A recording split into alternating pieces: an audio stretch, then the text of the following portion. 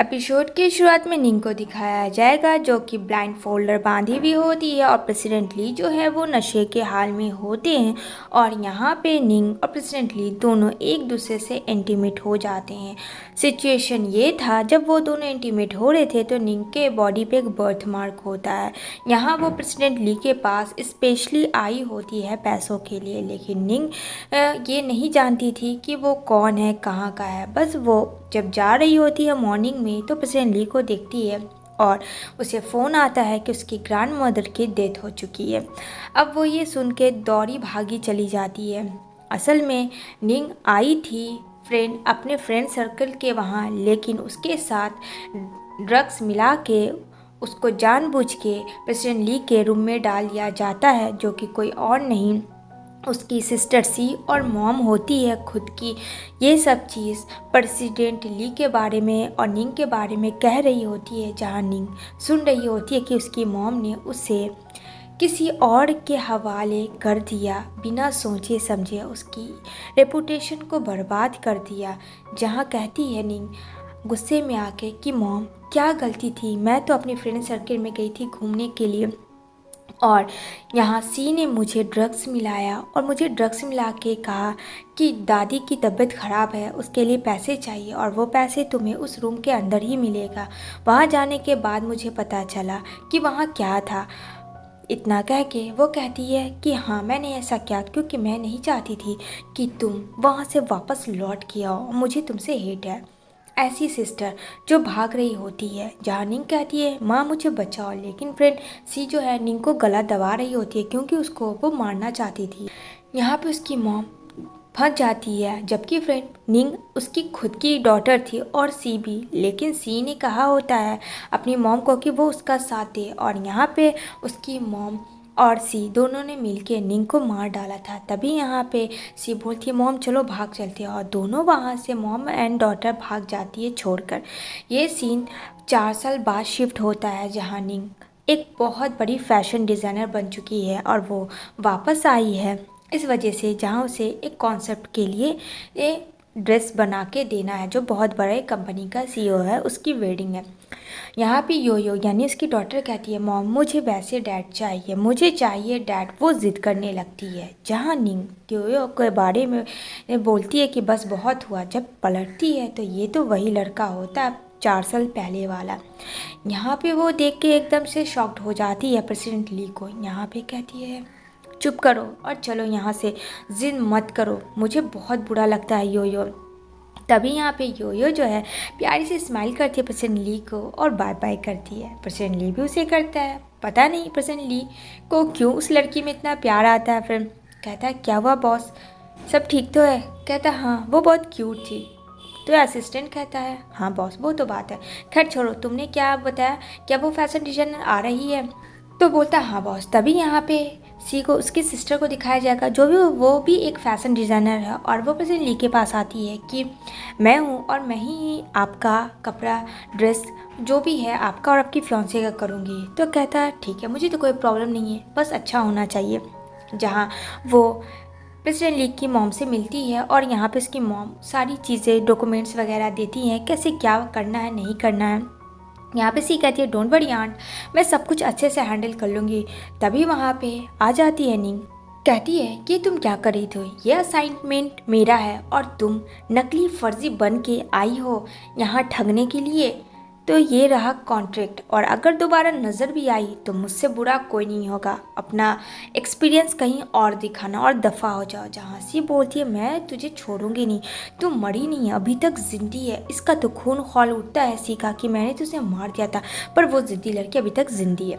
इधर प्रेसिडेंट ली की fiance P को दिखाया जाएगा, जहाँ छोटी बच्ची योयो भी होती है। यहाँ पे वो बोलती है तुम मेरे हैंडसम डैडा को परेशान मत करो। जहाँ बोलती है पी चुप कर, प्रेसिडेंट ली को बोलती है अपना डैडा उसे पुश कर देती है। जहाँ प्रेसिडेंट ली देखता है और कहता है पी ये छोटी बच्ची है, तुमने क्या किया? कहती है ये तुम्हें डैडा क्यों बोल रही है? तो कहता है वो बच्ची है पर तुम तो बड़ी हो, तुम्हें तो अकल होना चाहिए। यहाँ पे कहती है वो मेरे डैडा है, तुम्हें क्या? यहाँ पे प्रेसिडेंट ली दौड़ के जाता है योयो के पास और कहता है तुम्हें चोट तो नहीं है? लगता है पी को कि वो उसे उठाएगा, लेकिन यहाँ पे पी देखती है कि वो बच्चे पे ज़्यादा इंटरेस्ट है, तो इसमें उसे और ज़्यादा गुस्सा आता है और कहती है मेरी और तुम्हारी शादी हो रही है बहुत जल्दी, मुझे नहीं लगता है प्रेसिडेंट ली तुम्हें इस तरीके के कोई भी अननोन बच्चे को इतना प्यार करना चाहिए। जहाँ प्रेसिडेंट ली कहता है ये मासूम बच्चा है, इसका क्या दोष है, और बड़ी तुम हो, तुम्हें समझ होना चाहिए।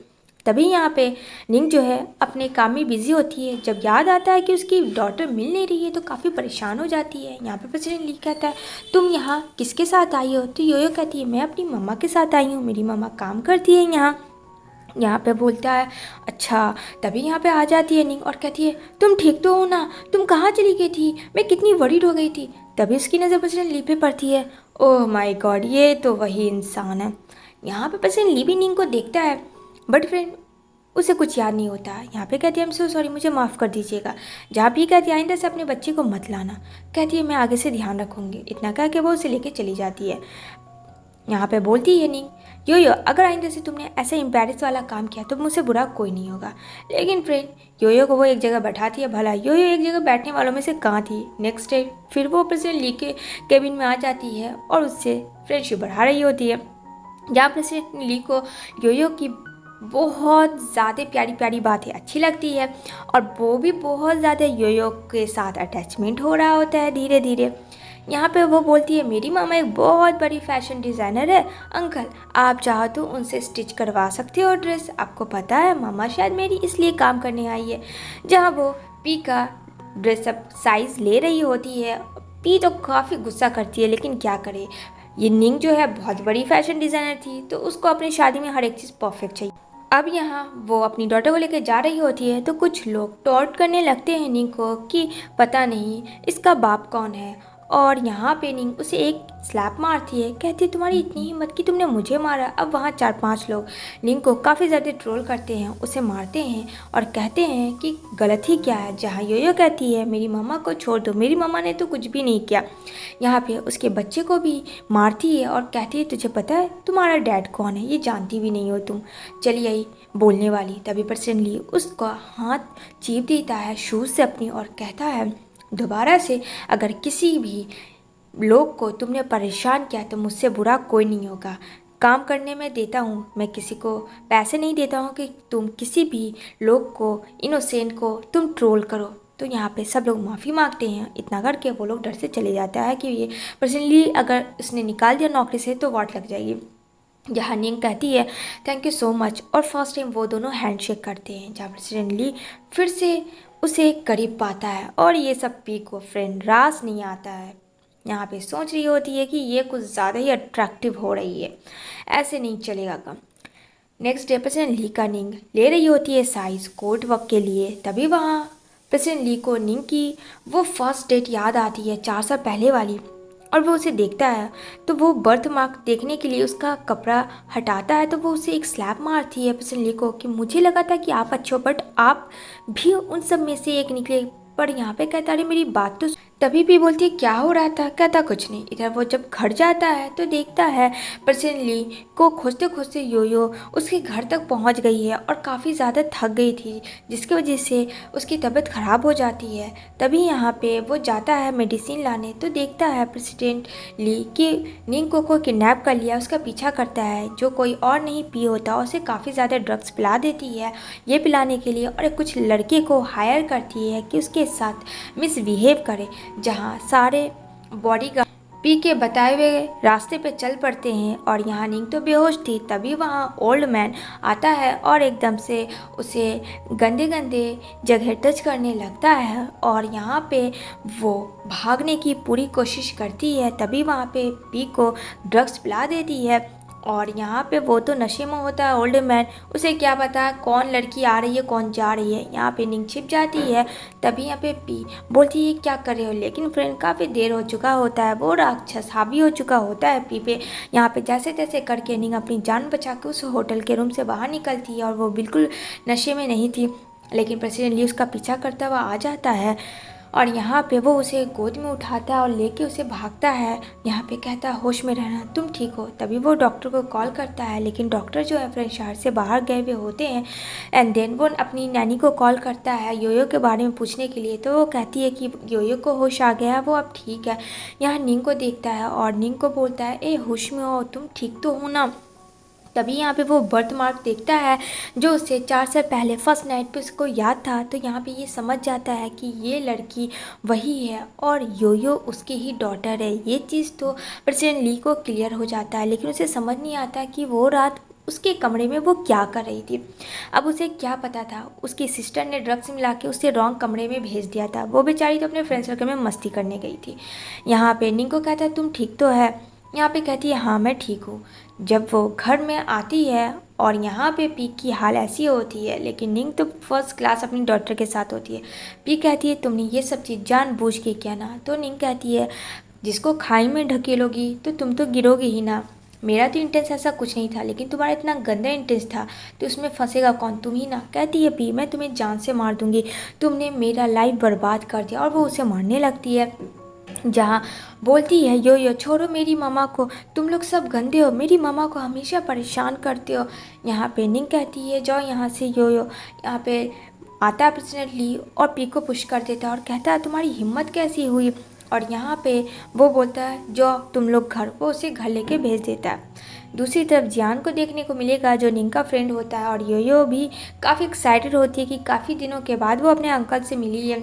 और यहाँ पे कहता है अरे योयो को याद है कि उसके अंकल भी हैं। यहाँ पे कहती है हाँ मुझे याद है अंकल, वैसे मैंने बहुत मिस किया। और यहाँ पे बोलती है योयो कि देखो जियान को तुम्हें परेशान नहीं करना है ज़्यादा, मम्मा काम पे रहते हो, तुम्हें अब घर पे रहना है, मेरी बात समझ रही हो ना।